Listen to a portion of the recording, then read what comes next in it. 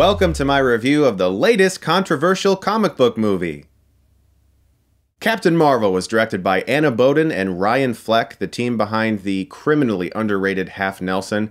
Really great indie film. If you've never seen that, strongly suggest you check that one out. That one's really good. And Marvel has had a really good track history with taking directors and writers who are primarily from an indie background and putting them in this universe and letting them shine. So I was really excited to see what this team could bring to this story. And here, the MCU finally is introduced to Carol Danvers, played by Brie Larson. She learns about her past, she discovers who she is, and she finds herself caught in the middle of a war between two alien races and realizes she's more powerful than she ever knew she was. Now, I feel like a lot of reviews are going to say this, but I'm going to say it anyway because it's on my mind. There's a lot of hype surrounding this movie from two different groups. Some people really want the film to fail, and some people really want the film to succeed for various reasons. It seems like a lot of agendas are involved with this movie, which is something that's becoming very common now for Marvel films. I just want to see a good film. I don't care if it fails. I don't care if it succeeds. I want to see a well-made film made by people who respect the art form, who are trying to tell a good story that communicates a good message to the people who are going to see this movie, whether that's for girls who don't usually get the chance to see a female hero on screen, or your average audience member who just wants to be entertained. And Captain Marvel is entertaining in spurts. There are sequences throughout the first act and second act that I thought were really well done, namely the chemistry between Brie Larson and Samuel L. Jackson as a younger Nick Fury. Their arguments were clever, they were funny, both of them played really well off of each other. There was a fish out of water scenario once Carol Danvers is on Earth. It reminded me a little bit of Terminator 2. You promised me you weren't gonna kill anybody! Why? Because you just can't! Why? Because you just can't, okay? It's not that exaggerated or anything, but there were scenes where she does things that are normal to her, and people are looking at her like, what the hell?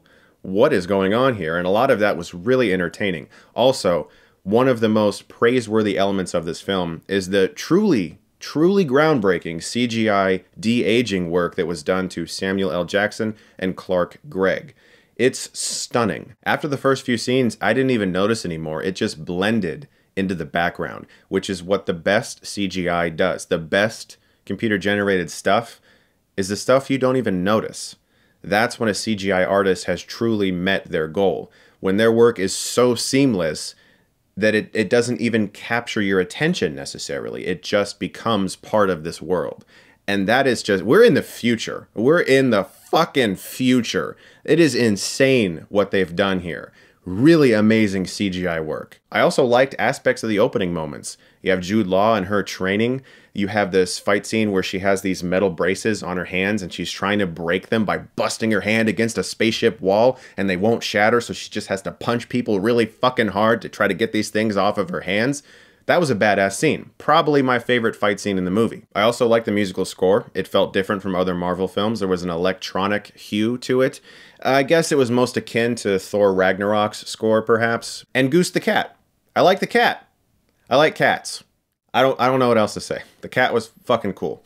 But I gotta be honest, I thought this was a pretty bland and disappointing movie otherwise, especially visually. The film doesn't have much of a style. This is something that was very disappointing to me because you look at a movie like Thor Ragnarok that Taika Waititi directed, or James Gunn's work on the Guardians of the Galaxy, or the Russo brothers and their very visceral, intense style that they've brought to their Marvel films.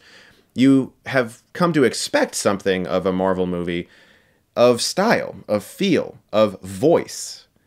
I didn't experience any of those things in Captain Marvel. This film felt like a series of setups where the actors are in frame and they're performing and they were captured on film doing something, but there's no visual style to it. It's a very bland looking movie, very dark and murky. There's a fight scene in a spaceship where it's this very dark area with white lights on the wall and a pop song is playing. Won't spoil it for you, although the song choice I thought was particularly obvious.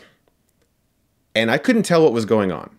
I legitimately could not tell who was who. There were a few shots where you could see close-ups and you're like, oh, okay, so that's Captain Marvel. Oh, okay, that's the other person.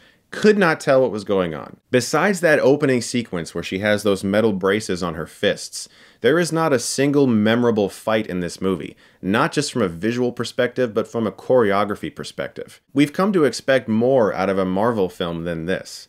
This feels like Phase 1 almost. And that's not a disservice to Iron Man.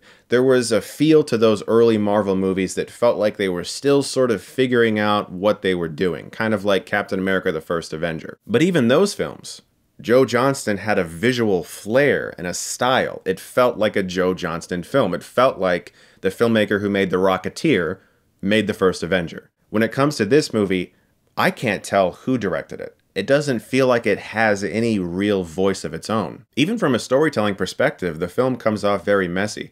This is a big risk whenever you have a character that has elements of their past they can't remember and they're trying to piece together.